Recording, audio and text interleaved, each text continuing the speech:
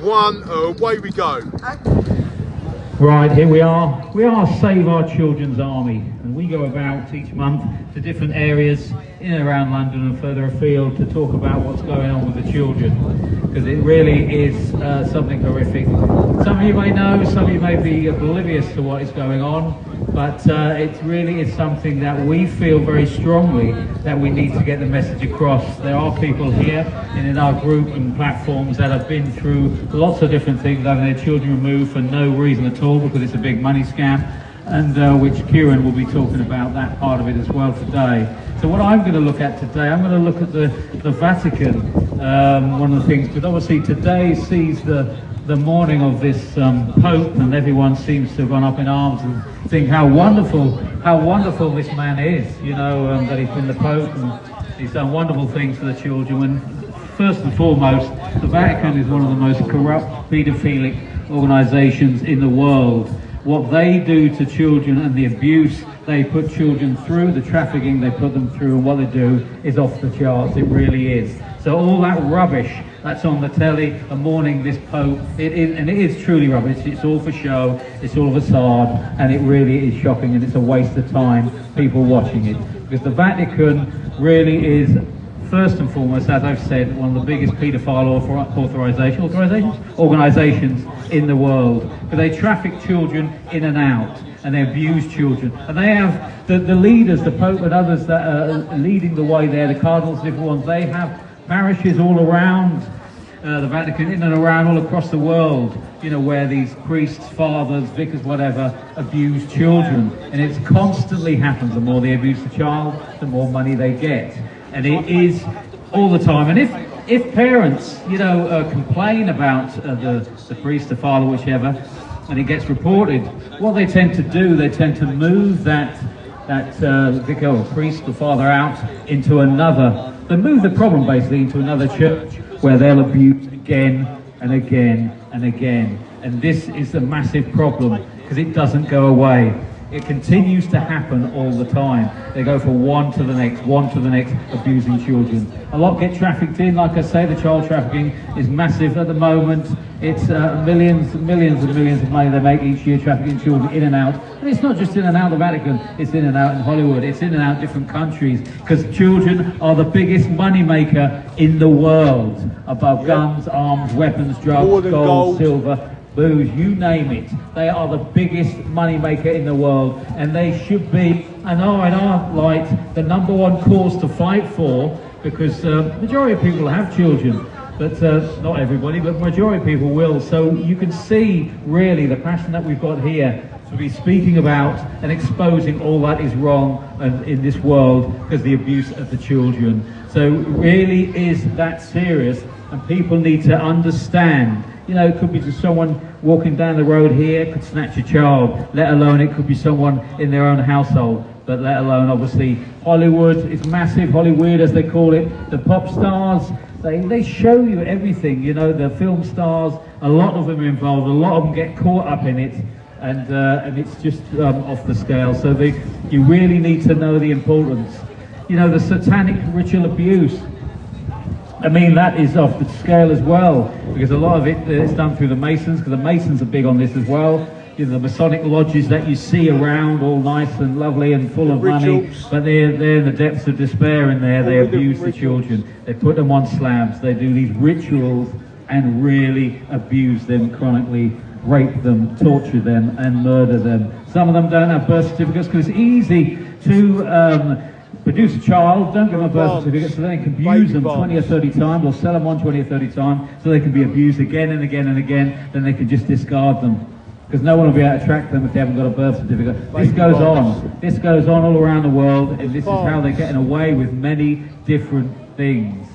You know, Jeanette Archer spoke out about the abuse that she's been put through when she was 5 or 6 years old.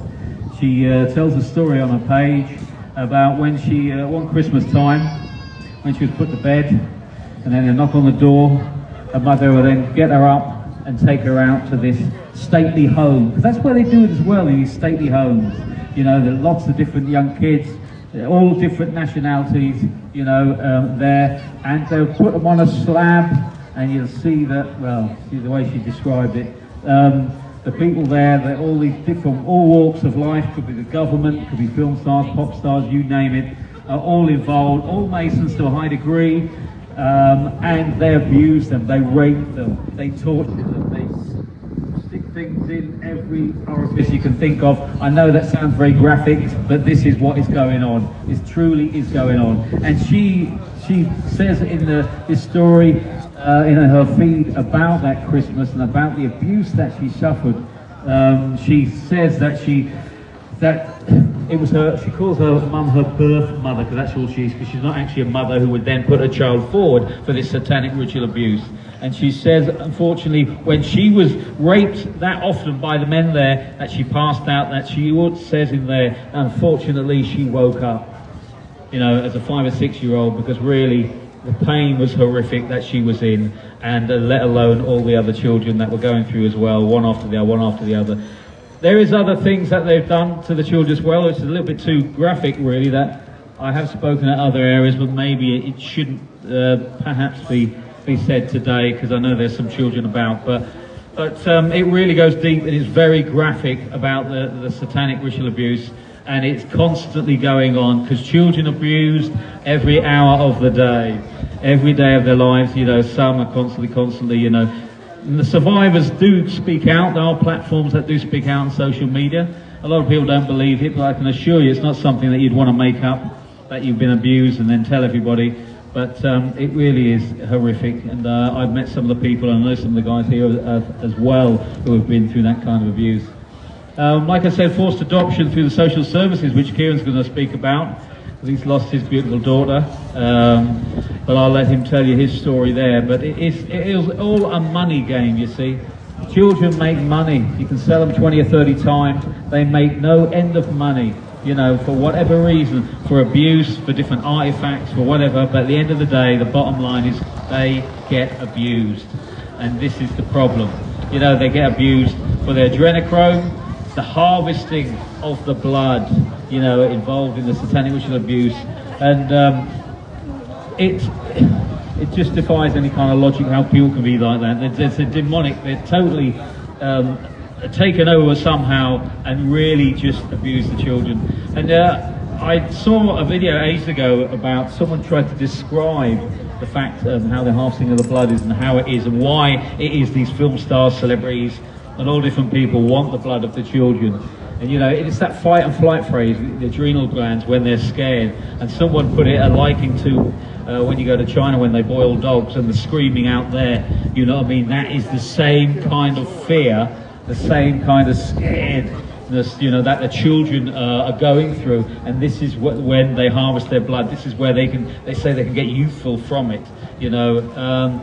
It really is deep. I know some people walking past probably don't want to believe it, but it does go on, massively it does go on. There are plenty of links, plenty of people we could put you in touch with if you want to find out for yourself.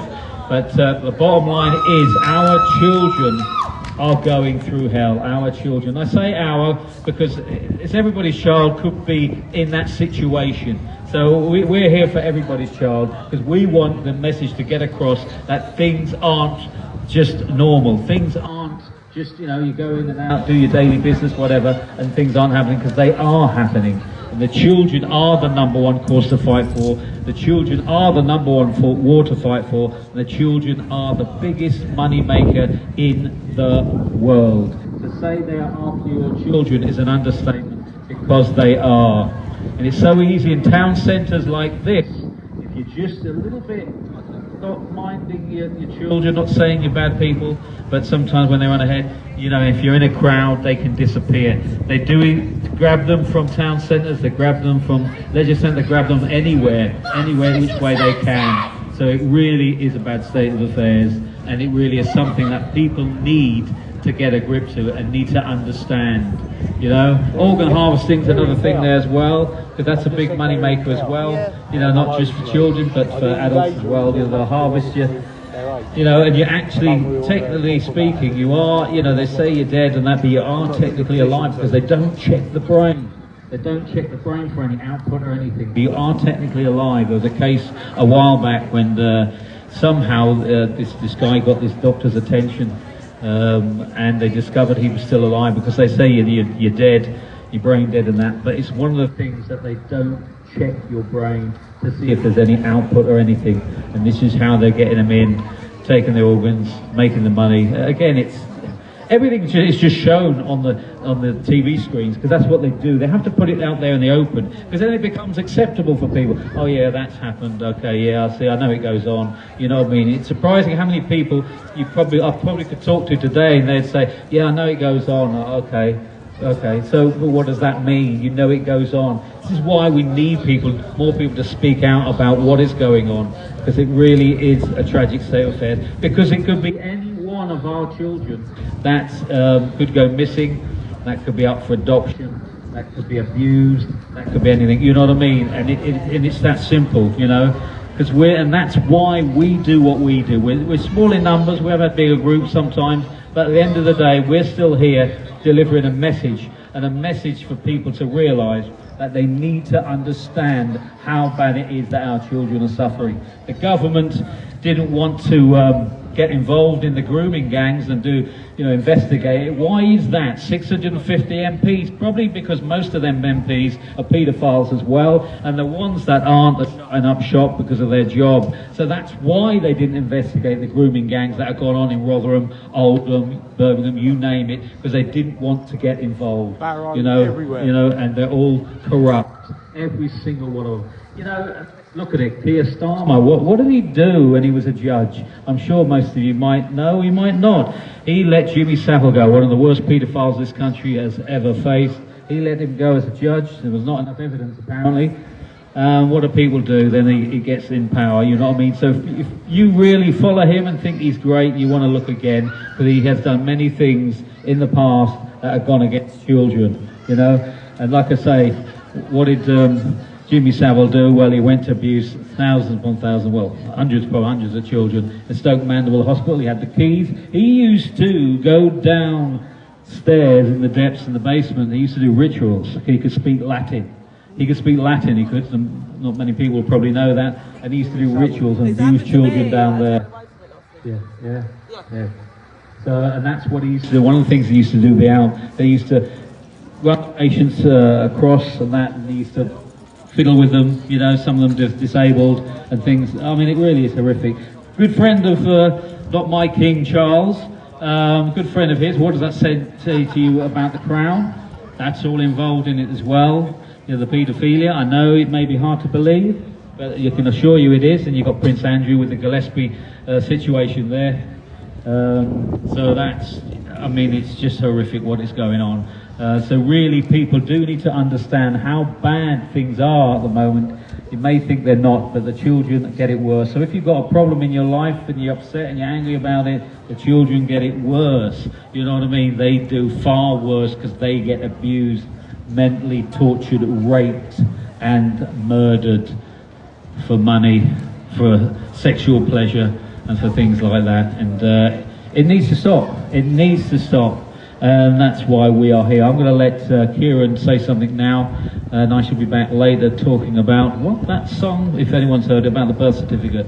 It does affect the children, affects everybody, because something great came out from Canada, from someone putting the UCC on notice. But I'm going to tell you the whole story before I get to the punchline. Anyway, thank you for listening. Over to Kieran. Thank you.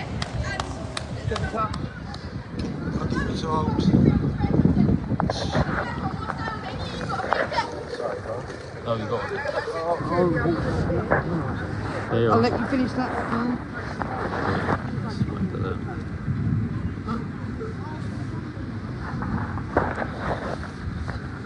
Hello, good afternoon, Bromley Town Centre. How are we all doing today? I hope we're all well and we're enjoying our lovely Saturday afternoon. It's nice weather as always, isn't it? I'm here today to raise some awareness, and the awareness that I'm going to be raising today is very valuable for anyone that has a child within their family that possibly may come in contact with social services, okay? This is going to be my story that I'm going to be telling every single one of you that's willing to stop and listen. I'll even drop on my knees now for you guys Look, does it take me to get down on my knees for people to take notice? This is about not your child or that child, it's about everyone's kids, okay? It's not about my own personal situation. That is what I've got to say today. Right. I'm like a lot of you guys, you're probably walking along and thinking, what are these lunatics out here talking about? That's probably what you're all thinking. You're probably all thinking, all right, social workers don't lie, they don't steal children, but you can see the big banner there, right? Let me tell you now, they do steal children. This is how I'm going to start this, right? We've all heard about the forced adoption problems that they're investigating back to the 1960s when children were born out of wedlock and they were getting removed from parents left, right and centre. Many parents lost their children, like mums, single mums was losing their children all the time. Back in the 1960s, the nuns were responsible for doing it. Coming to the 1980s, that's when it changed, the social services started to do it. And obviously, Tony Blair then come along. When Tony Blair come along, he brought in a thing called future risk of emotional harm, right? Nobody will ever understand when I say to you the words future risk of emotional harm. Listen to the first bit, future. So that's saying that ain't happened, right? So that's something like me going to go and get on my bus to go home tonight. That bus is going to crash, it's going to go onto the roof. That's a possibility that it can happen, but it's a very minute possibility that that may happen, right?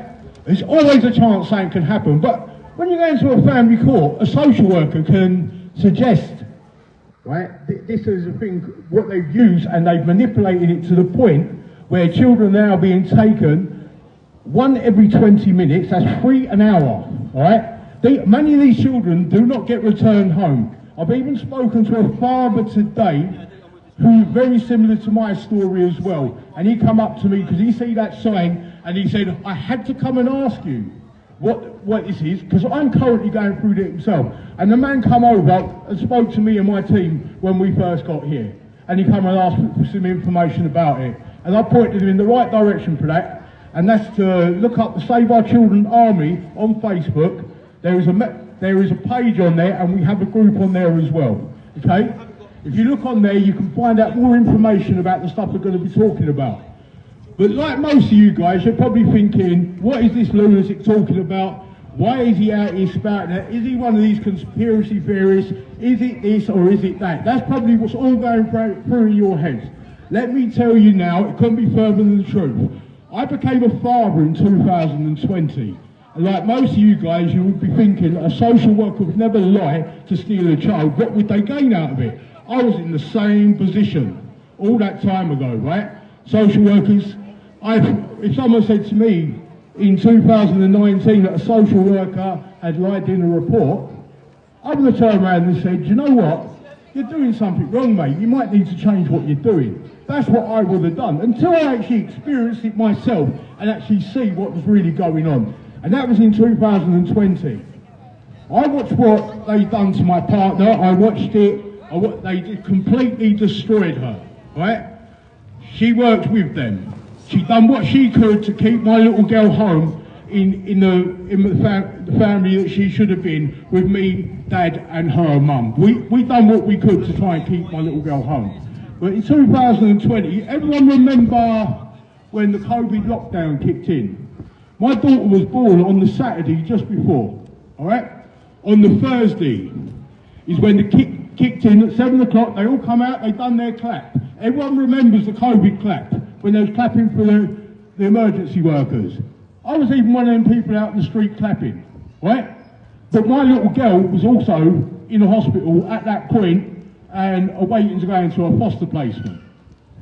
So, like all you guys, you're probably thinking, there must be something concerning or something like that going on. Let me tell you now, you could not be further than the truth, right? Many parents have come forward since telling me the same kind of stories of what's happened to me and my partner with our child. And it's so many similarities, it's unreal. If people here today do not believe social workers tell lies in their reports to remove children, go onto Google right now, get your phones out of your pocket, type into Google, social worker lies in court, Hampshire. That will bring up a case that was heard in Portsmouth. It was heard by a judge. And the story in relation to that was the judge. There have been some SARS requests, which is subject access requests on the social workers that were involved in the case. From that they got all the relevant information, all the background information that doesn't get produced to the court. They got the whole lot. Anyway, one of the social workers, the less ranking social worker, what she actually done at the time is she wrote a report where 5 children were going home to their family.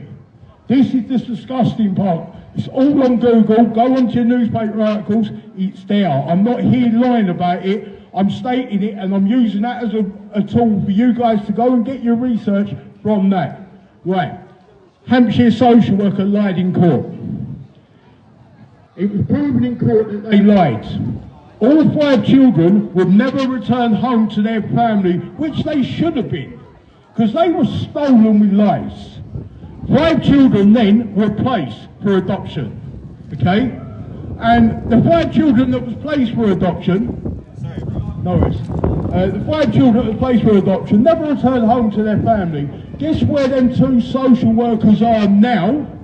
Them 2 social workers are still currently employed as social workers, and they are working in the Isle of Wight, right? So this is all, I only worked this out through doing my research, because obviously my family case, I had to really understand why, when I'm reading reports, why does it look like it's somebody else it's written about? Nobody could understand that. I couldn't understand that. I fallen out with friends about it as well, because like yourselves are all standing around, you're probably thinking, what is this lunatic talking about? Believe you me, I'm not out here lying. I've got nothing to gain from this. My child has already been taken. I'm out here today to give you guys the tools that maybe you can protect your child, or you might be able to protect your neighbour's child, or protect any child that's in the street or any child that's around you, the information I'm going to give you. Right. A lot of people... So, right, I'm just going to go to 2020, when I actually become a father. Social services got involved in 2019 while my partner was pregnant. And that's because I've got a bit of a criminal background. I'm going to hold my hands up. I used to be a criminal, right? I used to like making money. That's what I was interested in. But at the end of the day, going around harming innocent people, children or anything like that was never in my forte. That's not what I was about. I used to like a bit of money. Anyway, I turned my life round from 2017 onwards, and in 2019, finally, after 5 years trying for a child, my partner fell pregnant. I was over the moon. 5 minutes later, I was having a seizure on Eastbourne Seafront because I had a bad accident. I come close to dying 5 minutes after finding out, and I found out my real father died before I was born. So obviously I was really broken. However, a couple of weeks after I returned back to London from Eastbourne, my partner, she'd gone into the hospital, and when she'd gone into the hospital, she'd gone there to have all the birth checks, as they do, the multi-agency checks, they've done the whole shebang. When they've gone and done that, they contact all the relevant agencies. So these relevant agencies would be like the police, the social services, any of these little markers that come up on you, or any little, there's like a little flag on your name somewhere, that will come up and they'll be basically looking into you. So basically what happened then is they took a couple of weeks later, we had to go into our local authority, and I thought, you know what, it's not going to be no problem. Yeah, we've done nothing wrong. They're just interested in what's going on with our child. That's what I thought, and when I've gone in there, they was not interested in myself. Obviously I'm dad. They wasn't interested in mum, Keith's mum, the ones that are going to raise the child. Not interested in anything about us in any way, shape or form. What they was interested in was a child that wasn't even 2 months in my missus's belly. That's how early stage it really was. Right, going on from that, leading on from that, we had an American guy. He basically wrote a report, and in his report, he turned around and wrote, I was an alcohol dependent. I do not drink. However, my cousin was murdered in 2015. My cousin was Joshua Hanson. Joshua Hanson was murdered in a bar in Eastcote, Ruislip. Okay, he had his throat cut, he died on the dance floor. That's my cousin. Right, I had a drink the day my cousin's killer was sentenced to life in prison. This was a couple of days before I'd spoken to the social worker. However, I wasn't a drinker, I don't choose to have a drink, but this day I was sitting at home and it was 6 o'clock in the evening, I was watching BBC News, I've been scaffolding. I think I've been scaffolding around this area, to be honest with you, that day. Right. Anyway, I was scaffolding that day, I've come home, I'm sitting there, 6 o'clock at night, I know my cousin's killer had been sentenced to 26 years for the murder of my little cousin, who was 22 years of age. Right? I see my cousin's murder on the BBC News the whole way through and see my cousin die. I chose that night to ring my friend and said to him, I need someone to talk to. I went and spoke to my friend. He said, we'll go to the pub, we'll have a couple of pints. I had a couple of pints with my friend. However, because under that stress, I chose to go and meet my friend and consult with my friend to find out and talk and basically get some help from my friend, because obviously seeing your cousin killed in that way on the video. Yeah, I had a couple of drinks. I still got up for work the next morning at 5 o'clock in the morning and went to work. However, because I said to a social worker, I chose to have a drink that night after seeing something so horrific. They said I was alcohol dependent. I don't drink now. I had 2 pints last night for my mate's birthday, but I do not drink now. The last time was probably about 2 years ago. I just don't go near it. It's not a bit of me. I don't like how people behave when they have a drink or none of that. So basically, the social worker started his little game there with his little lie there. He also turned around and said, my partner's mum apparently used to beat my partner. My partner had never ever said that. There's no evidence of this ever being said. But this was written into the report, because what they then do is they turn around and say the child will be getting released into an unstable area. That's their start and ball game to try and manipulate it into the fashion for the local authority to win to take the child. But I never understood at this point what it was in there for them. That's what I could not understand, right? I really wish I knew from the start. That's why I'm here today, to try and give you guys the credible stuff that I can actually bring to the table now, to give every single one of you guys that are going to become parents. If you've been in trouble with the police before in the past, it doesn't matter. You could have been nicking car stereos, you could have nicked something out of a shop. If there's any police interactions with the police, right, that will go on your file. You go and have a child, and that's of course for concern for them to actually ask you a few questions, ask you to come in and chat to you. That's the starting block for them to try and remove your child. And if they think they've got a chance, there's a lot of money. And I will speak about the money in a moment. There's a lot that I will speak about. Right? So I watched my partner go through that. Right? I was watching from a distance, because at the end of the day, the way they was carrying on, they was working against us, trying to turn each of you against each other. They're trying to set your family on you. They're trying to basically destroy any family support that you had. Right? That's what they're trying to do. So my partner went through the foster placement. Just before going into the foster placement, I'm going to say this now. 2 days before, my partner went and gave birth to my daughter in King's College Hospital, which is over by Brixton. 2 days before, she was phoned up by the social worker. The social worker, a woman from Finland, she turned around and says to my partner's 8.5 months pregnant with. My partner had the baby 2 weeks early. My partner said she couldn't get to an appointment because her ankles were too swollen. Right? This is 2 days before my daughter was born. Walking was very uncomfortable for her.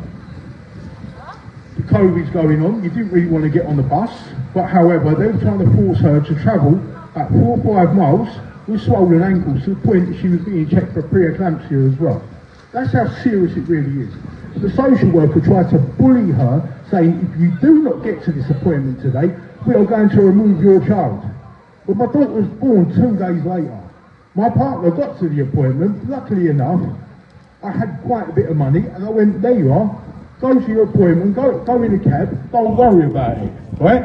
But Obviously the drama was happening, the bullying was already started at that point. That's the little nitpicking, the little bullying games that they start playing. And when you're reading reports and it looks like it's written about someone else and it's about your child, you're trying to bring your child into this world, and you've got somebody writing a story that looks like it's been written by Roald Dahl about somebody else, or Enid Blyton or someone like that, right? So anyway, I started studying because I could never understand why in the reports they could lie the way they did, right? So going back to, right, just when my child was born, my child went into a foster placement, and I'm going to say now, when my child went into a foster placement, she went in with her mum. She wasn't taken from the mum. The mum, my partner, she's gone in with my child into the foster placement. They was held in that foster placement as prisoners, okay? My partner wasn't allowed out of the foster placement. All the pubs had closed around that time. Right, there was no pubs open because of COVID lockdown. Everything had shut down. Right, all the pubs were closed, all the restaurants were closed. You couldn't go nowhere and get food at one point until they started opening back up after a couple of months. Right. Basically, that was going on. They turned around and said that they found alcohol in her system, that she's sneaking off getting her hair done. All the hairdressers were closed. That's what they were saying, but she wasn't even allowed out of the foster placement. But this is what they put up in front of the family court. They're trying to say, oh, she was going down the pub. When everyone else was on lockdown, she must have been the only one in the pub having a drink. But no, she wasn't. She was stuck in a foster placement in a room with my child the whole time, where the foster parent would come in and check like a prison warden, because that's the only way I'm going to look at it. Check like a prison warden. All right, the prize is still there, because that's what the child is to them, is a prize. It's what's making their money, right? So I really wanted to understand what is in it for them. Why would they lie? What are they gaining from it? Because they've got to be gaining from it to be lying, because what human being gets up in the morning and pulls on their shoes and socks and says, you know what, I'm going to tell the most lies today just to take somebody's child and destroy the family? That's demonic. That's the worst thought process for anyone to think they're going to get up and they're going to do that to a family. It's happening on a day-to-day basis. So I started investigating, and the more investigation I'd done, I had to start working out what was their incentive to lie. Then I started seeing interagency fees for, and I'm going to explain about an interagency fee. Right. Looking everywhere for a child, almost to the point. Right, there's a child walking down the road, this high. How much is he worth? Every time that child is moved. So the child gets placed, how much is that child worth to the local authority? £36,500, right? That's for one child. If they can get a whole load of kids in one thing, it's a lot more money, right? It's £36,500 just for one child alone. So that one child, £36,500. That is what they'll get when that child changes hands. So if I go to this person, look, this is what the social worker does, look after this child, right? They'll get £36,500. That breaks down. That child then moves to this person, another £36,500. That is what's happening through the adoption agency, through the interagency fee. So I started to understand them more. There's a lot of money to be made off the back of kids, and I never really understood, right? How could there be so much money, right? So I started to dig deeper, and I started seeing social workers have got their own private adoption agencies, their own fostering agencies, where fostering agencies, they're paying anything between £420 and £750 a week per one child, right? This money is being generated from somewhere. It's coming from the government purse, and from the government purse, where do you think the money comes from? Where do you think the money comes from to pay all the local authorities, social services and stuff like that? Every single one of you guys that pay your council tax is funding the child trafficking business within local authorities. That's the reality of it. Where do you think they get their money from? This money they can't just pull out the trees. Yeah, and so a lot of money they're pulling out. Then there's a thing where it's pay performance related bonuses, because obviously I started to look into that as well. And you go and speak to a social worker, they'll say, oh, there's not such thing as pay performance related bonuses. Why is Croydon currently advertising for a children's services worker with pay performance related bonuses? Why is Waltham Forest also recently advertising for a children's social worker with performance related pay? When I talk about performance related pay or pay performance related bonuses, if you work in Lidl's, right, and you work in the stockroom and you have to move so much and you work on the incentive where you might, I don't know, you've got to sell so much of your product before you can get the extra little pay, you know, on top. That's basically what the performance related pay is. So why within local authorities, when you've got children's services workers who get twice the amount of what the adult social worker get when it comes to performance related pay, it's £1,500 for an adult social worker. What I've just said twice, I've just given it away, it's £3,000. That's what they get once a year, tax-free lump sum, on top of their 30 odd whatever grand they earn a year. That money is a nice bit of money, and guess when they get that money? They get that in December, just before Christmas, right? So they have the nice little Christmas with their little three grand on top of their wages, tax-free, but they steal children. And I'm not out here saying they steal children without proving it. I can tell you now, I've said it just a second ago to people that didn't hear it. If you got on your phone now and typed into Google, social worker steals children, yeah? No, social worker lies in court. That was the exact words. Social worker lies in court. Yeah, Hampshire. That was heard in Portsmouth, that case. I'm not out here to lie to you. I can back up with what I'm saying, and if you want to speak to me at the end of what I'm talking about, you'll get to see it. Anyway, my case went on. I'm going to go back to myself, right? And my daughter, my little girl, my little Mayabella, which means my beautiful in Italian, right? So basically, going back to that, my partner went through it for 11 months with them, and they got my child from my partner. However, I took them back to court, and when I took them back to court, I kept them tied up for another year. During this year, they made me prove, to get back into court, I had to have my DNA taken to prove that I was the father, even though they knew I was dad. But what they wanted to do, they wanted the case to collapse. If I wasn't the father when the DNA came back, then it weren't going into the court, then they would have still got the adoption. A lot of tactful things that they were doing is disgusting, to be honest with you.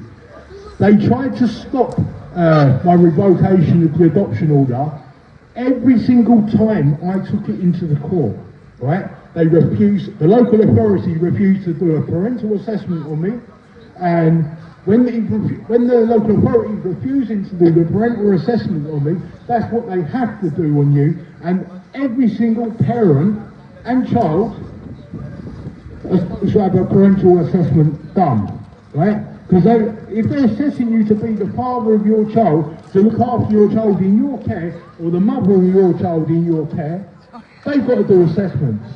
I agree with that. However, the local authority was refusing to do it, so then we pushed and said we wanted an independent one done. Right? Let me tell you, the independent one, they was trying to refuse to even pay for the independent, basically the independent one, right? The independent assessment. So they was trying to refuse to pay for that. And because they was trying to refuse to pay for the independent assessment, the judge ordered they had to pay for it. They weren't happy about it. That's what happened in the court. I tied them up for a year. Let me just say, I wasn't, like, while the case was going on, I weren't troubling anything, I weren't smoking cannabis, I weren't doing anything, right? I'm telling you, clean as a whistle, I'm fighting for my little girl. I wouldn't jeopardise myself while I'm fighting for my child, right? The last time I'd done any cocaine, and I'm going to hold my hands up, was in 2019, just before I found out my partner was pregnant with my child, right? Now, 2022, I'm in court fighting for my little girl, who's been born in 2020, 2 years of age. I'm getting drug tested. And I've had a parent come to me today who doesn't take drugs and say exactly the same to me. He got tested and they found drugs in his system. However, I got tested and they was finding cocaine in my system. I haven't touched cocaine for over 2 years and they can only go back 6 months, so I couldn't work it out. I'm thinking, hold on a minute, what is going on? The more I found out about it, because obviously it makes you want to look, it makes you want to understand what they got to gain, why are they doing this? You're trying to understand it. I've got whistleblowers now coming forward that actually work with the drug agencies saying that social services are paying money behind the scenes to falsify the reports on basically on the tests. So the tests that are coming back, they'll say there's a bit of cocaine in your hair. There might not be no cocaine in your hair, but they'll still put it anyway because it's more favourable for the child to be removed. Hiya. You okay? You enjoying today? You enjoying today, yeah? Enjoying the sun? That's good. That's good. Right. So basically, like I said, my little girl was born. I went through the court and went tied up in the court for another year after my partner had lost. And what they done to me is they turned around and said, oh, you must have drugs in your system.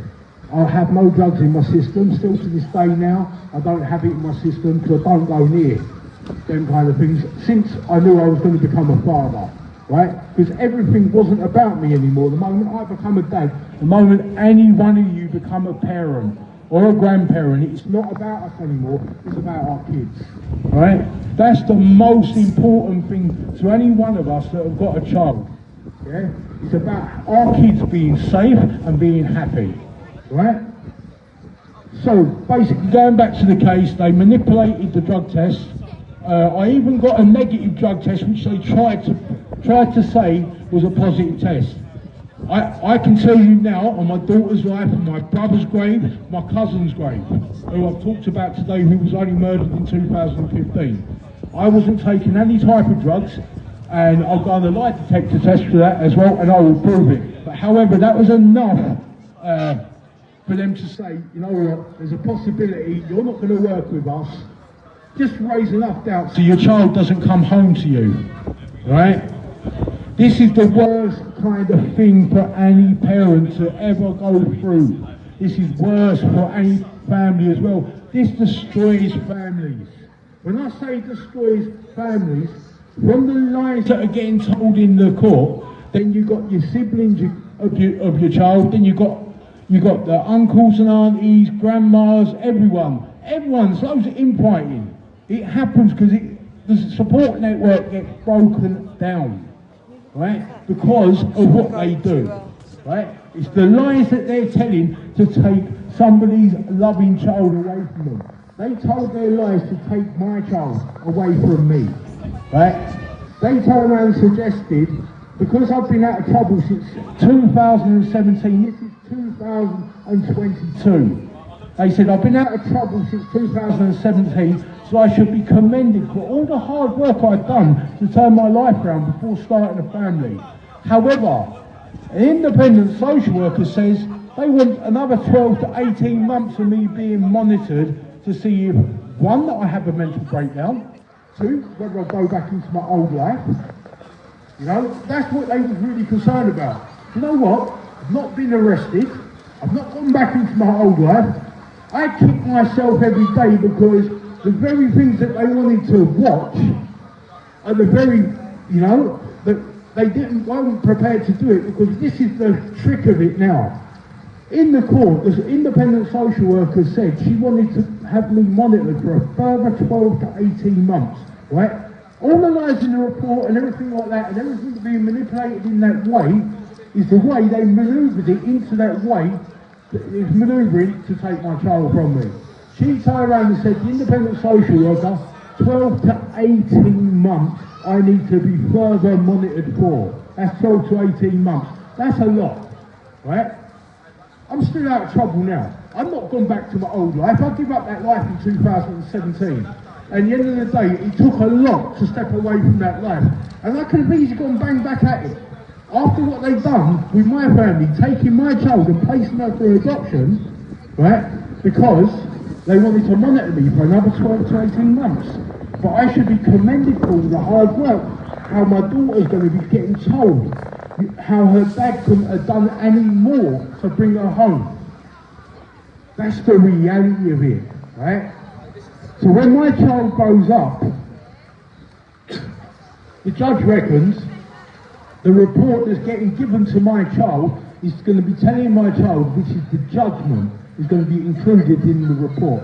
And in that judgment, it's basically highlighting how I couldn't have done no more, how sad the situation was that my child was then being removed and placed for adoption. The same adopted parents have been waiting for 18 months as well for them, before the case was even finalised. Alright? That's how sick it really is. They had my child already placed, ready to go off, where they was basically, they knew what their incentive is, they knew what they was doing it for, and it was about the money. It's all about money. The more you look into it, right? If people say there's no money in adoption agencies and fostering agencies, Jonathan David Clark, if you was to type that in Company's House, he comes up with 46 different appointments. And the appointments are all the different companies that he's a CEO to, right? And guess what they all are? All different adoption agencies, right? And fostering agencies that are supposed to be independent, right? Completely independent of each other. However, they're all down to one hub address, Polaris Children's Services. Polaris Children's Services, the hub address is in Malvern Way, it's up in the West Midlands. Alright?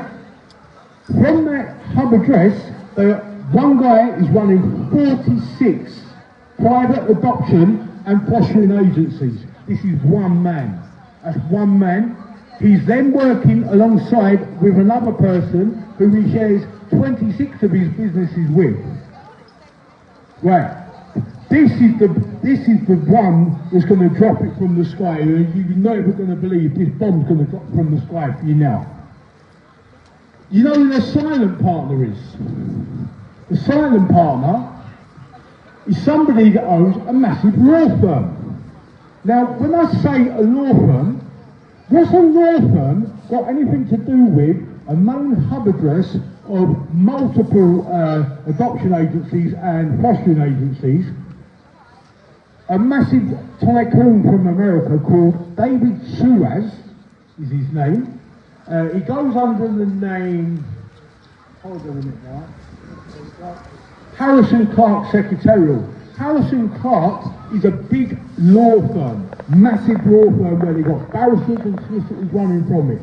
That's where their money, right, so that's one of the main money guys in the business. And then you've got the other people who've got the adoption agency. He's silent on all the other adoption and fostering agencies. He's silent on that. I'm telling you, if there wasn't no money in trafficking children in the way that I'm out here today telling you, right, why would somebody have 46 private adoption agencies and independent, they're supposed to be private and independent adoption and fostering agencies?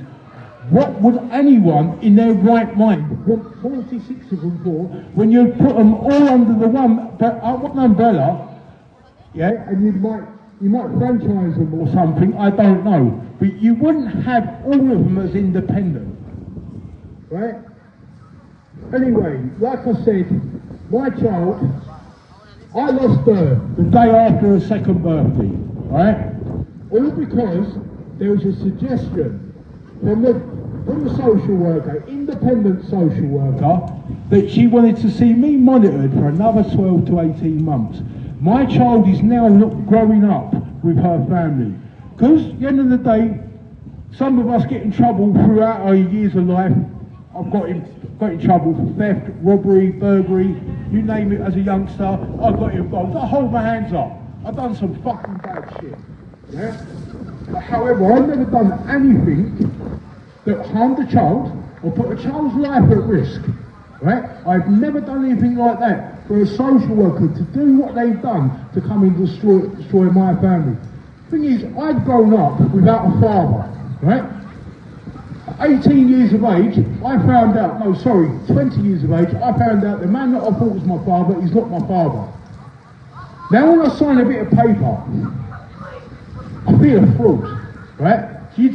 Now when you sign your name on a bit of paper, you're signing your name on that bit of paper because that's who you are.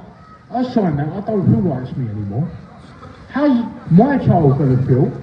Or all these other children that have been stolen and trafficked using lies and deception to remove them from their family's loving arms, right? How are them children going to feel? They're going to feel like me. I'm 45 years of age and I feel a fraud every time I sign my name, right? Do you know how hard that is? So I wouldn't even give my child my surname because I've got somebody else's name, yeah? Who should not be on my birth certificate, but somebody is there. And that was again because of somebody else's selfish reasons, right? So, my daughter now, she's 5 years of age. She was adopted the day after her second birthday. I still haven't been in trouble. Their suggestion was 12 to 18 months monitoring me. I'm still living the good life. I'm living the good life because when my little girl comes looking for me in years to come, and I know it's going to come one day, and when she does, she ain't going to be typing in my name on the internet and finding loads of bad shit, which I could easily have gone down that road and done. Yeah? I could have easily have gone into local authority and made sure many of them never went home. I could have made sure that they didn't go home to their kids that day. But I'm not going to do that. I'm not going to create an image for my little girl that one day when she wants to find her parents and to see, oh no, they was right about daddy, they was right about that. I could quite easily do that. Who in this street wouldn't want to kill someone for stealing their child from them? Come on, every single one of you that's working with your child, if someone was to steal your child, what would you do? You'd kill them straight away, wouldn't you? That's the same with us, right? However, I'm not going to write that story for the internet to write that for them. So I won't do that. I've got to trust, right? I've got to trust now that it will come a time. What's it now? 13 years. 13 years she might come and look for her dad, right? With all the stuff that I do online, even now today what I'm doing now is being recorded. This is stuff that my daughter then may be able to look online and go, you know what? My daddy never give up. I won't give up. I won't give up for my child. I won't give up for yours. You know why I won't give up? Because our children are our future. They're more important than any single one of us in this street. I'm telling you, every single child in this street is more important than any one of us adults in the street. Why are they more important? They're our future. They are the next generation. They're the ones that take this world forward. They're the ones that deserve to be protected because anyone innocent and vulnerable. I'm not mental, mate. If you don't like me, switch your hearing aid off, yeah? Right. Anyway, rude people, you do get them. Right. So, unfortunately, the day after my daughter's second birthday, I lost her. She went off for adoption. She's 5 years of age now. I've got to wait another 13 years before I get a chance to reconnect with my child. Why? Because the social worker lied in their reports and manipulated it in a way to take my child from my family and my family home. My child has a brother and sister, right, who's also had her stolen from them. What do you think that's done to them? What do you think it's done to anyone that's connected to my family? What do you think it does to anyone that's been through this in their family? How many of us have been through, you know, there's people here that have been through similar situations, they've had investigations, there's all sorts of stuff. I'll be honest with you, do you know how many people on this street have probably been through what I'm talking about?